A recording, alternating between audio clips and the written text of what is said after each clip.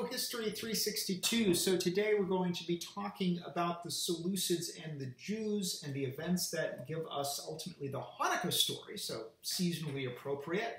But first I think it's worth considering the kind of wider context of Jews in the Hellenistic world. Now, by the time we get to the Seleucid Empire, Judea, the region around Jerusalem, has been controlled by a succession of empires. The old Iron Age kingdom where Yahweh worship originates had been conquered first by the Assyrians and then by the Neo-Babylonians. The Neo-Babylonians had taken as captives a significant portion of the population, particularly the elites, had deported them to Babylon. And it's probably this group of exiles that sort of creates the monotheistic Judaism that we accept as Judaism. And indeed, the return of these exiles leads to the foundation of the Second Temple and the production of the Hebrew Bible. Remember, the First Temple, which had been devoted to Yahweh, had also had other gods included. So it's sort of the Babylonian captivity return gives us Jewish monotheism, modern Judaism, to use that term. Second Temple Judaism is probably the most appropriate term. Now, the reason that those Jews had been allowed to return is that the Neo-Babylonian Empire had been overthrown by a new conqueror, the Achaemenid conqueror Cyrus the Great. The Jews remember Cyrus as a divinely inspired figure. And so in some ways we might say that the development of Second Temple Judaism, the creation of the Hebrew Bible, these are all kind of Achaemenid projects or take place in the context of the Achaemenid Empire. However, Alexander the Great comes through, and Jerusalem therefore bounces around between the Diadochoi until it finally comes into the possession of Ptolemy, when Ptolemy secures Coele Syria in the aftermath of the Battle of Ipsus. So for a very long time, Jerusalem and Judea is a Ptolemaic possession, part of Coele Syria. And it's in a Ptolemaic context that a really important translation takes place, namely the translation of the Hebrew Bible into Greek. The story goes that Ptolemy II Philadelphus wants a version of the Hebrew Bible for perhaps his new library, and so he brings together 72 scholars, six per the 12 tribes of Israel, and they go off separately, produce their translation, and then when they come together, they discover miraculously that they've all produced word for word the same translation. Now, you don't have to believe this story, but it shows, A, that the act of translating the Hebrew Bible out of Hebrew was a potentially fraught project, which therefore needed this story of essentially divine sanction.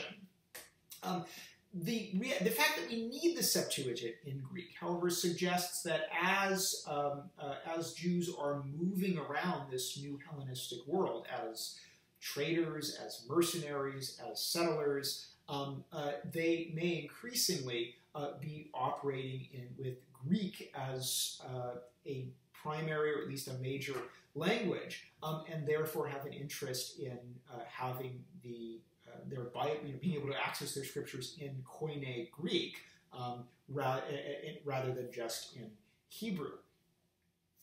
So the translation of the Bible, the Septuagint, is a reminder that Jews are therefore very much part of this bigger Hellenistic world. And of course, they're not just in the Ptolemaic realm in Coele Syria. We also know, for example, there are Jews and big Jewish populations still in Babylon, and probably you can find big Jewish population in Alexandria as well. So there are Jews across this sort of, again, Hellenistic space. Now, Antiochus the Great, when he conquers Coele Syria, therefore comes into possession of Jerusalem. And we know from the historian Josephus. Josephus is a historian who is writing during the Roman Empire. He had been a general in the Jewish revolt against the Romans and had been captured. This is the revolt in 66 AD. He'd been captured, switches sides, and as a collaborator, sort of hanger-on in the imperial household, he writes a history of both the Roman war and also a broader history of the Jews, somewhat, it seems, trying to explain Jewish customs to the Romans, although he writes in Greek. And so therefore, he actually provides us with a lot of information about, in his Jewish Antiquities, he provides us with a lot of information about Jews and interactions between rulers before the Romans. As he, a kind of interest of him, maybe somewhat naturally, is how Jews react with various secular powers that are over them. So from Josephus, we learn that Antiochus basically grants, Antiochus the Great, the Seleucid king, grants a kind of charter to Jerusalem, gives the city significant control over its own laws, and among other things, engages in a long list of the kind of taboo animals that are forbidden to be imported into the city because they violate Jewish dietary law. Curiously, the list doesn't include pigs, although that just may be an oversight. Nonetheless, we see a pretty standard example of Antiochus the Great has conquered this new region, Coele-Syria. He nonetheless wants to put his best foot forward with the people in order to better both control it and extract resources. And as with many temple states, as we talked about last time, it is the temple of Yahweh, the second temple, that's going to be collecting the taxes from the region and then forwarding it to the Seleucids. We talked about last time how under Seleucus IV there seems to be an attempt over the entire region of Coele-Syria, and actually probably over the empire more broadly, to enhance administrative oversight of the temples, basically to make sure they're paying the tax that they're supposed to pay. Although we've also seen how that administrative oversight can cause tensions. The priestly elite doesn't necessarily like Seleucid bean counters, looking through their books. And last time we talked about how, as Antiochus the Great is going to Egypt, he takes some money, it seems, out of the temple, maybe just as a flat-out, maybe he's claiming it's back taxes. It may just be a flat-out, hey, I need some money because I'm going on campaign. And then he's humiliated by the Romans outside of Pelusium, and on his way back, a much more violent and terrible event takes place. Although here we have to ground it in the actual civic politics of Jerusalem, where it seems that the city has two factions, and of course our sources may kind of oversimplify these factions.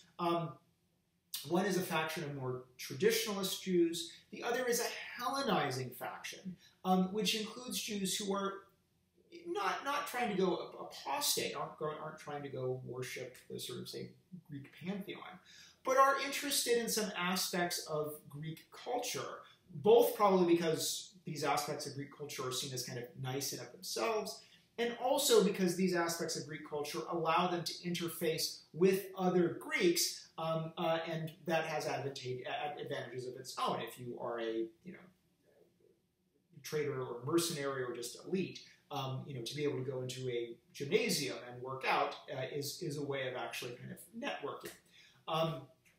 And indeed, it seems things like exercising in the nude in a gymnasium, where one has recently been constructed by the Hellenizing faction in Jerusalem, is a touch point. Greeks are unusual in the fact that public nudity during athletics is seen as not just acceptable, but even something to be flaunted and celebrated. Most other peoples in the Mediterranean, ranging from the Jews to the Romans, think that nudity is somewhat uncomfortable, at the very least. So issues of that, and of course, potentially also issues related to circumcision. that is, there may be some who are in the Hellenizing faction who are considering foregoing circumcision, in part so that they can be seen naked in a Greek gymnasium, or foregoing circumcision for their children, so that they can be seen naked in a gymnasium. And that isn't weird, although it seems that nudity may be the bigger issue.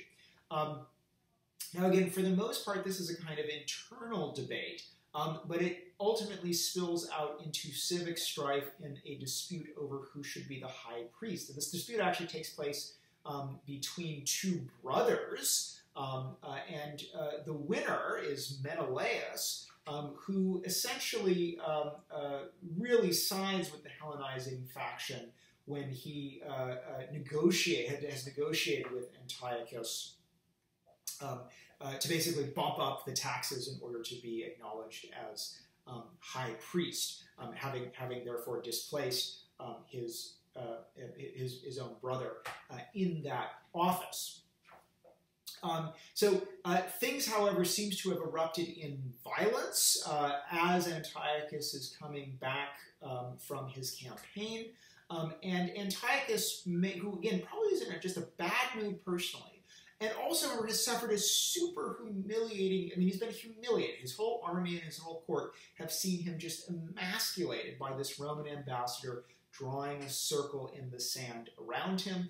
And it seems that he takes advantage of this stasis in Jerusalem to assert himself as king in an unusually brutal fashion. He not only captures and sacks the city, he loots the temple, again, probably also just to take the money.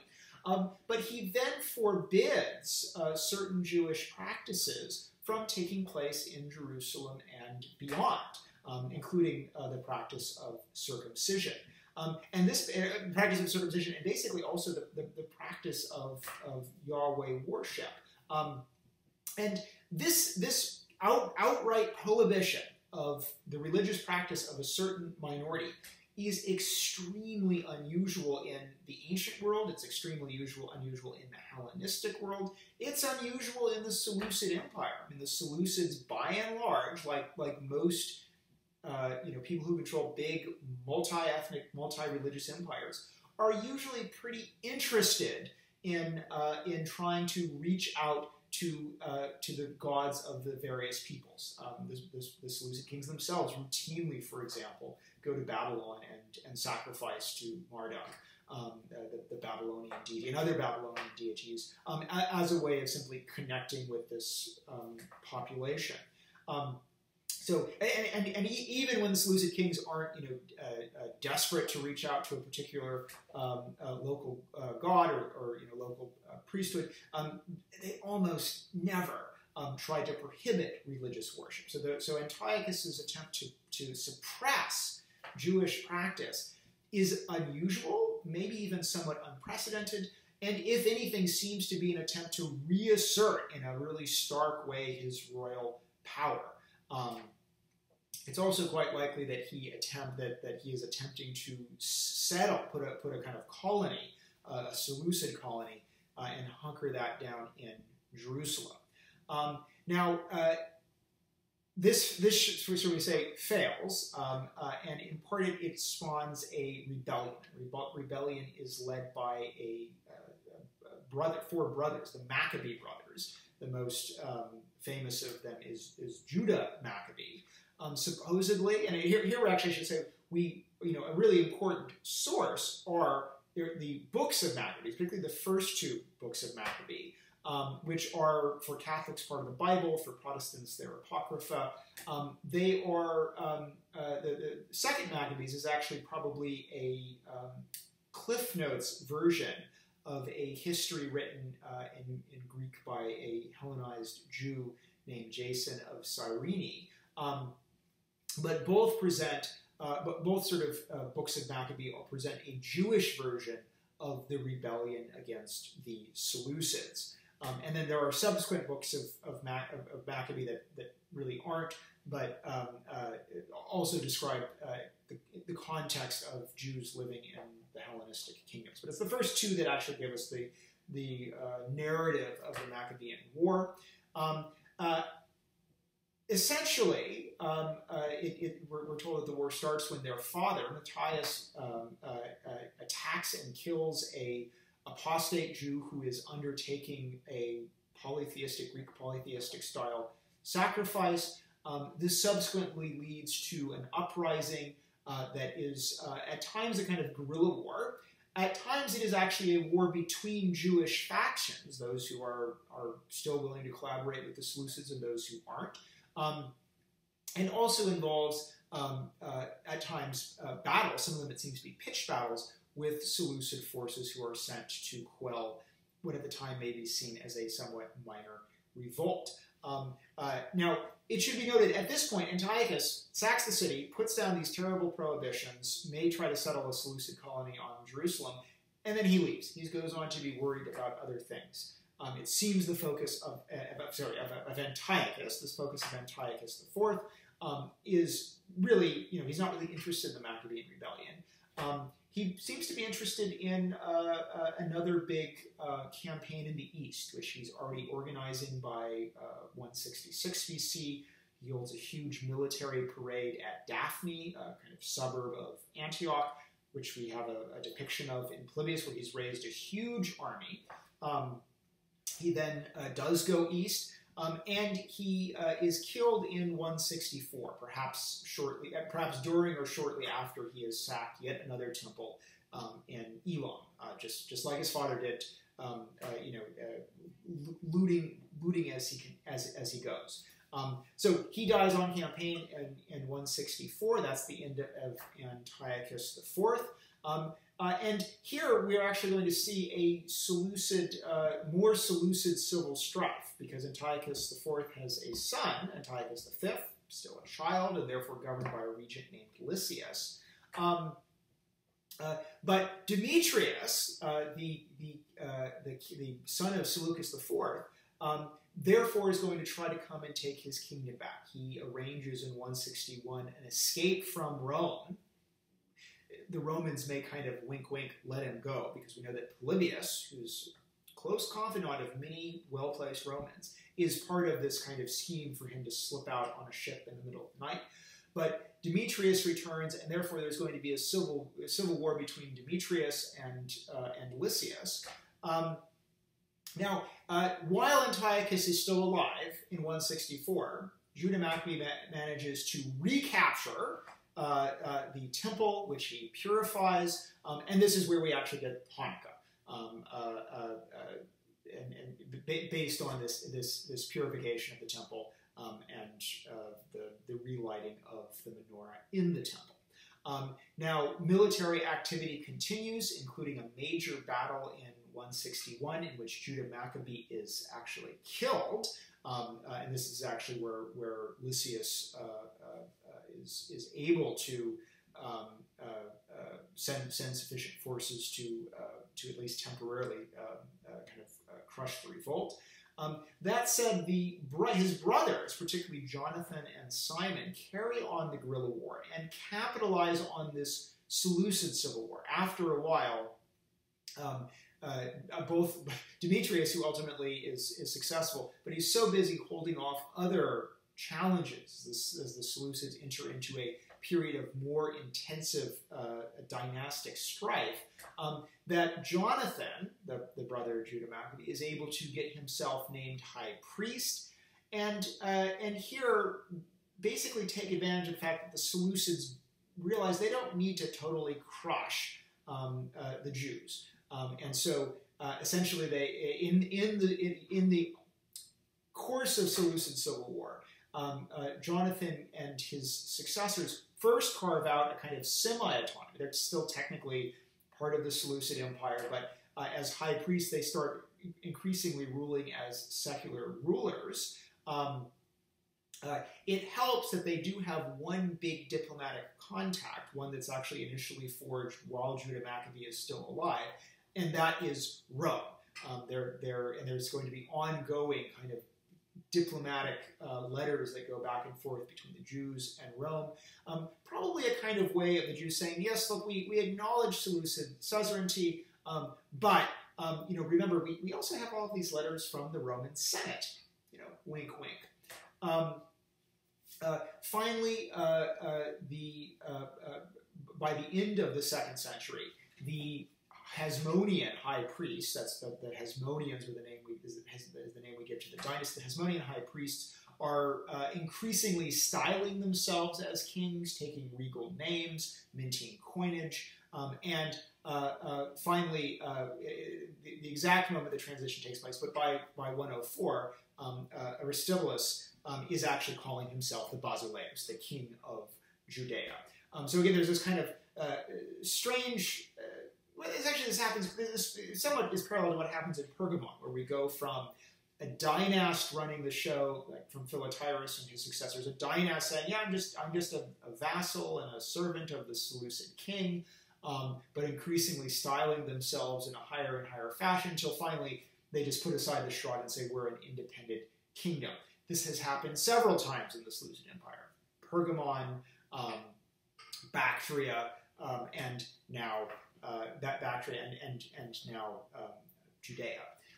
So this leads to the first independent, and then first semi-independent, and then independent kingdom in Judea, and also is a sign of the struggles that the Seleucid Empire is facing over the course of the 2nd century. And next time we will talk more about these particular dynastic problems that the Seleucids face as the 2nd century drags on. So we'll talk more soon.